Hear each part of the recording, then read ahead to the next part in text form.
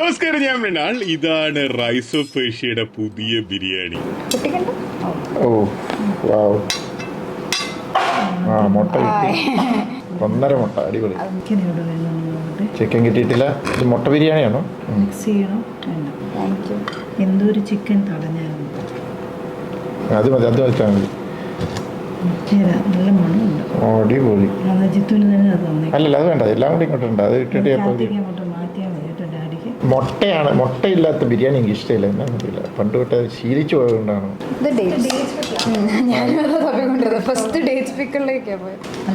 ഇതിന്റെ ഏറ്റവും വലിയ എനിക്ക് ഇതായിട്ട് തോന്നിയ വെച്ചാൽ ഓവറായിട്ട് മസാല ഇല്ലെന്നോ, അതാണ് അതിന്റെ ഒരു. പിന്നെ റൈസും നല്ല സോഫ്റ്റ് ആയിട്ട് റൈസ്. മസാലയുടെ ഡിഫറൻസ് ആണ്.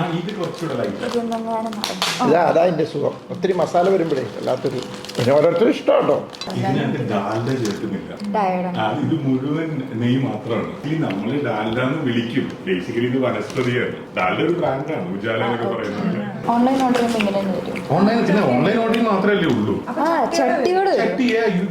പൊട്ടിക്കാരെ പപ്പടം പോലും പൊട്ടിച്ചിട്ടാണ് കൊണ്ടുതരുന്നത്. ചട്ടി അവർ പൊട്ടിക്കുമെന്നുള്ളത് എനിക്കറിയില്ല. അപ്പൊ ഇത് ശരിക്കും എത്ര പേർക്ക് കഴിക്കാൻ പറ്റും? നോർമൽ കഴിക്കുന്ന ഒരു 5-6 പേർക്ക് കഴിക്കാം. നിങ്ങൾ 4 പേർക്ക് കഴിക്കാനാണ് ഇത് സ്റ്റാൻഡേർഡ് ആയിട്ട് നമ്മൾ ഉണ്ടാക്കുന്നത്. പക്ഷെ നിങ്ങൾ കഴിച്ച് തീർന്നിട്ടാണ് മിക്കവാറും ഇന്ന് രാത്രി കൂടെ കഴിക്കാറുള്ളത്.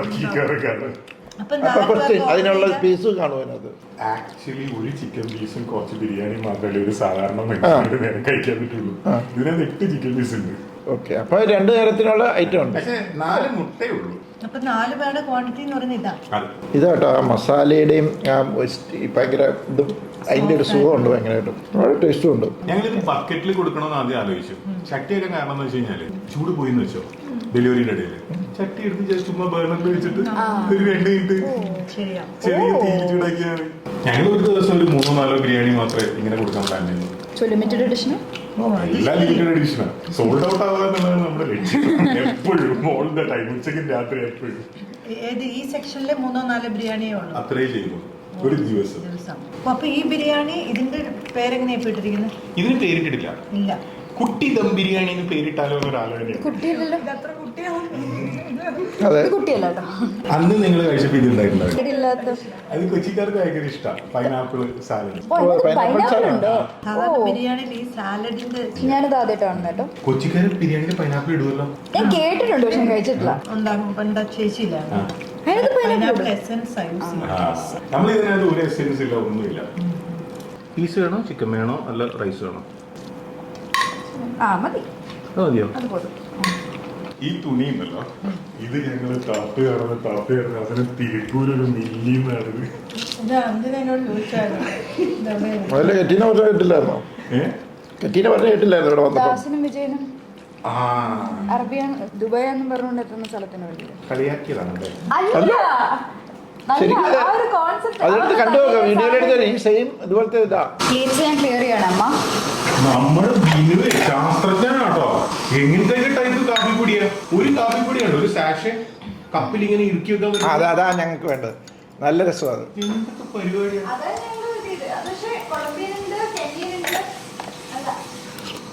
എന്ത് രസം അറിയാം കാപ്പി കുടിക്കാൻ. ഒന്നുമില്ല, ഒരു ബുദ്ധിമുട്ടില്ല. നേരെ എടുത്ത് കപ്പിനകത്ത് ഇങ്ങനെ ഒഴിക്കുക, ചൂടുവെള്ളം ഒഴിക്കുക. That's it. ബിനുവിന്റെ കമ്പനിയുടെ പേരെന്താ ദുബായില്? ലേബ്രൂക്ക്. അത് പ്രൊഡക്റ്റിന്റെ ലേബ്രൂക്ക് എന്ന് പറഞ്ഞ ദുബായിൽ ഒരു ചായയും കാപ്പിയും വിൽക്കുന്ന. കാപ്പി വേറെ പേരാ, കാപ്പിക്ക് വേറെ. ചായക്കാണ് ലേബ്രൂക്ക്. എനിക്ക് കാപ്പിയുടെ പേര് അറിയില്ല. കാപ്പിയുടെ പേര് എനിക്കറിയില്ല, കാരണം അത് തുടങ്ങിയിട്ട് അതിനല്ലോ. പക്ഷെ ലേബ്രൂക്ക് ടീ ഭയങ്കര ഹിറ്റ്. അതായത് ഇപ്പൊ ദുബായിൽ നിന്ന് ഭയങ്കരമായിട്ടും അതുമല്ല, ദുബായിൽ നിന്നല്ല വേറെ മിഡിൽ ഈസ്റ്റേൺ കൺട്രീസിലേക്ക് ഇപ്പൊ എക്സ്പോർട്ട് ചെയ്ത് തുടങ്ങി. ഭയങ്കരമായിട്ട് അത് കയറി വരുന്നുണ്ട്. അതൊന്നും നിങ്ങൾ ഗൾഫിലാണ്. അതുകൊണ്ട് 300 ടൈപ്പ് ടീ ഉണ്ട്. അടിപൊളിയാണ്. ഞാനിവിടെ കുറെ ഇങ്ങനെ പലത് പരീക്ഷ നോക്കിയാണ്. അന്ന് മക്കാവനെ വെച്ച് പറഞ്ഞപ്പോഴേ ഞാൻ ഇത്രയും പ്രതീക്ഷിച്ചില്ല. അതിനകത്ത് ആ കാപ്പിയുടെ സാഷ എടുത്തിട്ട് വെക്കുന്നത് രീതി തന്നെ കിട്ടും. അയ്യോ, കാപ്പിയുടെ അത് ഭയങ്കര കൺവീനിയന്റ്. ഗ്ലാസ് ഒഴിക്കുക, അതാണ് ഇങ്ങനെ കുക്ക് ചെയ്തെടുക്കും, ചൂടുവെള്ളം ഒഴിക്കുക, കുടിക്കുക. ഭയങ്കര പഞ്ചസാര ഇടാതിരിക്കുന്ന നല്ലൊരു അരോമയുണ്ട് അതിന്, അല്ലേ? നല്ല ഡീപ്പായിട്ടുള്ള ഫ്ലേവറും ഉണ്ട്. എങ്ങനെ പായസം ഇമ്പ്രൂവ് ചെയ്തല്ലേ? ഞാൻ നന്നാവും. അതുകൊണ്ടാണ് ഞാൻ ഇച്ചിരി അതിൽ നിന്ന് എടുത്തായിരുന്നു. ഞാൻ കുറച്ചുകൂടെ നന്നാവും. മധുരം കുറവാണ്, നല്ലതാണ്. മട്ടല്ലോ പെട്ടെന്ന്. മധുരം ഇതിലും കുറയ്ക്കാൻ പറ്റും. അല്ല അതെല്ലാം പറഞ്ഞാൽ എപ്പോഴും പലരും പായസത്തിന് പറ്റുന്ന വെച്ചാൽ ഭയങ്കര മധുരമായിട്ട് അവസാനം ചില കടയിൽ പോയി ചായ കുടിക്കുമ്പോൾ ജ്യൂസ് കഴിക്കുമ്പോഴൊക്കെ കണ്ടിട്ടില്ലേ ഒടുക്കത്തെ മധുരമായിരിക്കും. അതെന്തുകൊണ്ടാണ്? അത് പാലിന്റെ കുറച്ചിട്ട് വെള്ളം ആഡ് ചെയ്തിട്ട് പിന്നെ അത് നന്നാക്കാൻ വേണ്ടി മധുരം അങ്ങോട്ട് ഇടുക. ഇതിനകത്ത് പാലുണ്ട് നന്നായിട്ട്. അല്ല നോർമലി ആൾക്കാർക്ക് ആ ഒരു പീസും കുറച്ച് റൈസും വേണ്ടത്. എന്റെയൊക്കെ പ്രശ്നം എന്തിനാ, എനിക്ക് ചിക്കൻ 2 പീസ് വേണം, ചോറ് കുറച്ച് മതി. മനുഷ്യനെ ഹെൽത്തി ആയിട്ട് വിശക്കുന്ന സമയത്ത് പ്രോട്ടീൻ കഴിക്കാനാണ് വിശക്കുക. ആക്ച്വലി പറയുന്ന ഒരു സംഭവം എന്ന് വെച്ചാൽ നമുക്ക് പ്രോട്ടീൻ കഴിക്കാൻ, അതായത് ഫിഷോ മീറ്റോ കഴിക്കാനല്ല നമുക്ക് വിശക്കുന്നതെങ്കിൽ നമുക്ക് ബോറടിച്ചിട്ട് ആഹാരം കഴിക്കാൻ തോന്നുന്നതെന്ന് പറയാം. ആക്ച്വലി നമുക്ക് വിശക്കുന്നില്ല.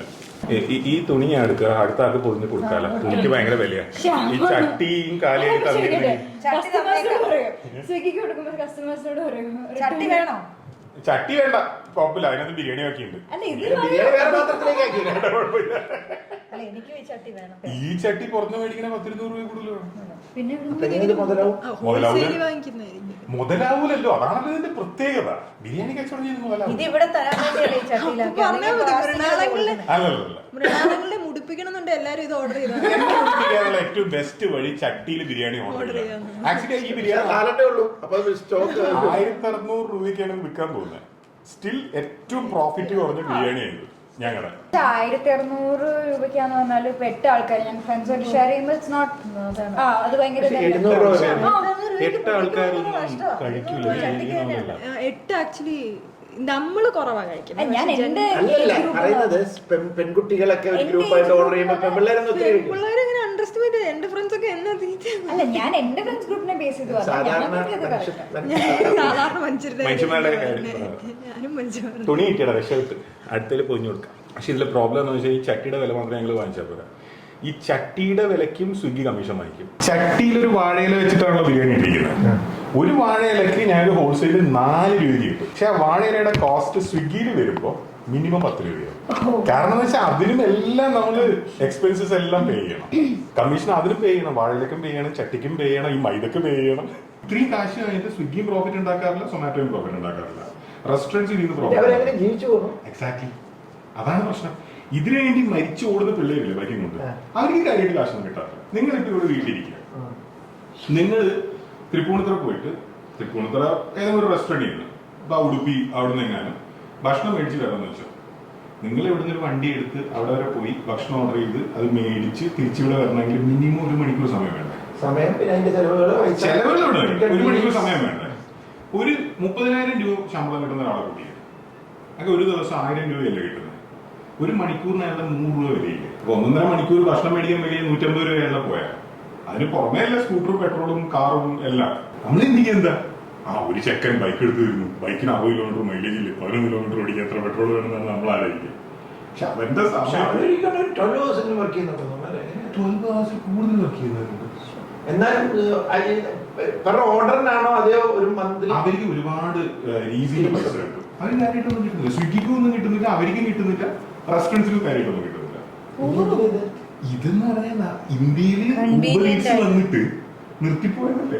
നമ്മള് മനുഷ്യരെപ്പോഴും ചെയ്യുന്ന കാര്യമുണ്ട്. ഈ റോട്ടിലൊക്കെ ഈ 15 രൂപ 30 രൂപയ്ക്ക് ഒരു സാധനം വിൽക്കുമ്പോൾ അതിനൊക്കെ ഭയങ്കര ബാർഗെയിൻ. ശരിക്കും അവരോടൊന്നും ബാർഗെയിൻ ചെയ്യാൻ പോകും.